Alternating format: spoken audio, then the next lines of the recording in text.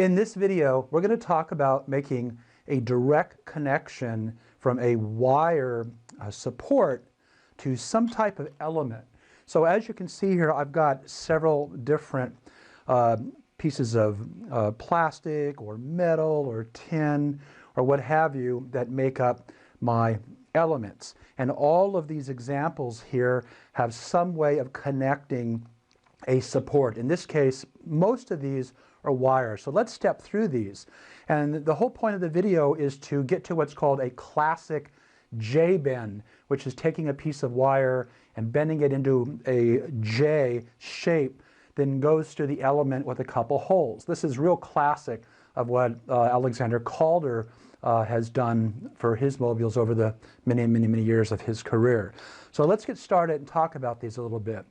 So in my first example, I have a piece of foam core, and as you can see, I've got the wire support just shoved into the foam core, which will hold it in place. So that works great, and it's good for real simple projects.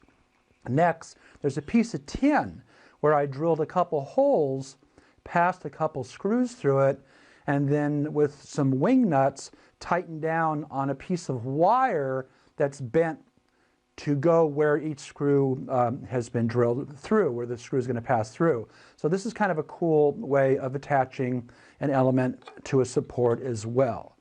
This is very similar here, but notice, unlike this one where the wire is exposed, the wire here is going through a hole and then to a screw with a wing nut right there. So it's much cleaner on this side because the wire is actually passing through on the other side. Now, one of my favorite ways is using rivets. And if you do an internet search for companies that sell rivets, there are just thousands of different kinds of rivets, different sizes, different shapes, different lengths, made out of metal, aluminum, all kinds of crazy stuff. But you can do a real clean look when you do it this way. Note here, I took this wire, flattened it out with a hammer, drilled a couple holes through it, and then passed a couple of rivets through the wire and then through this copper element as well. One note about these, there's a really cool tool that's like a big pair of pliers which kind of crushes at a rivet company as well. Here's an exact example of this, but it's just painted, where two rivets are going through this black painted part, and it's got a rounded finish on this side where these are flat, but basically they're identical. One thing I've been playing around with a lot in my mobile making is using 3D printed connectors. So in this example right here, I've got this black connector. A wire support is passing through it for about a ½ inch. There's two holes here, and I just simply pass some screws through it with lock washers and nuts. So this is pretty cool. I've even created one similar to this, which goes in the middle as a balance point loop, and I can move it back and forth. So the wire goes all the way through. Unlike this one, it just stops. Use a CNC laser. This is a little bit more advanced. But note here that this so-called element is actually part of the so-called support. So normally that would be a wire, right? And then connected here, but this was laser cut out, and so I made it all one piece, which is kind of neat that you can do on different kinds of lasers. And then we get to the classic Calder example, which I just have labeled it a J connector or a direct connector. And what that's all about is you drill two holes in your element like so, and then you make a J shape, which I'm about to do in just a moment, and then you pass it through and bend it down. Again, this is very reminiscent of how Alexander Calder did a lot of his connections. He used rivets as well. So I'm going to push all this aside a little bit so we can see how I'm going to do that. Okay, one other thing, note that if you have something like this robot here, which I have affectionately named Chubbs, you can, of course, use jump rings through some kind of support and it hangs like so, and that's great.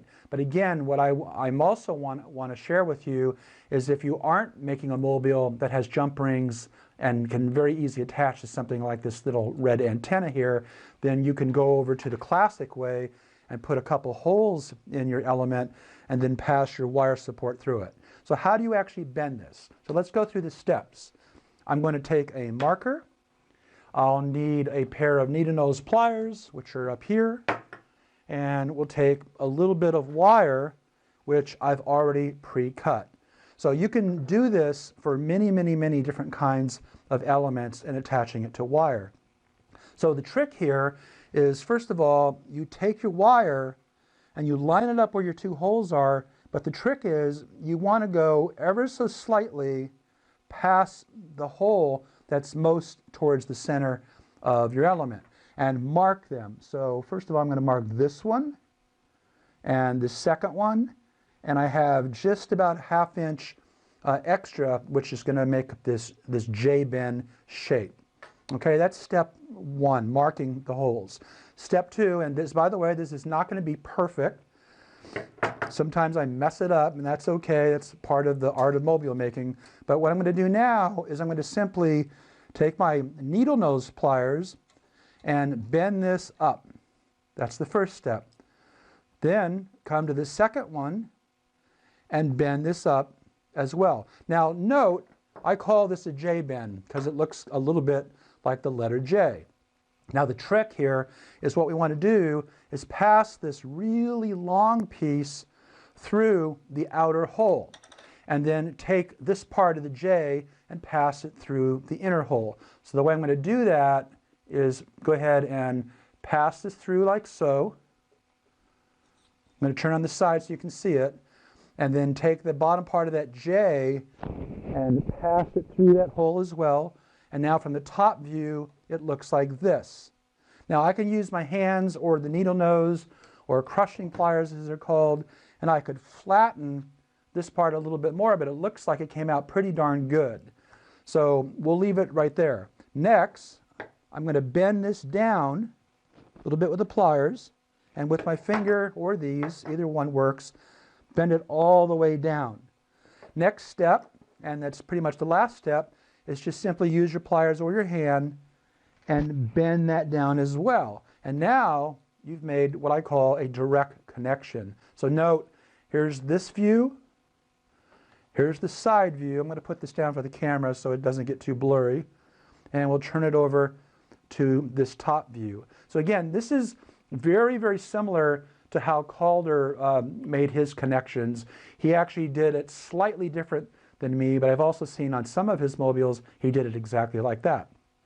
So I hope you enjoyed this video on how you make direct connections between your elements and wire supports.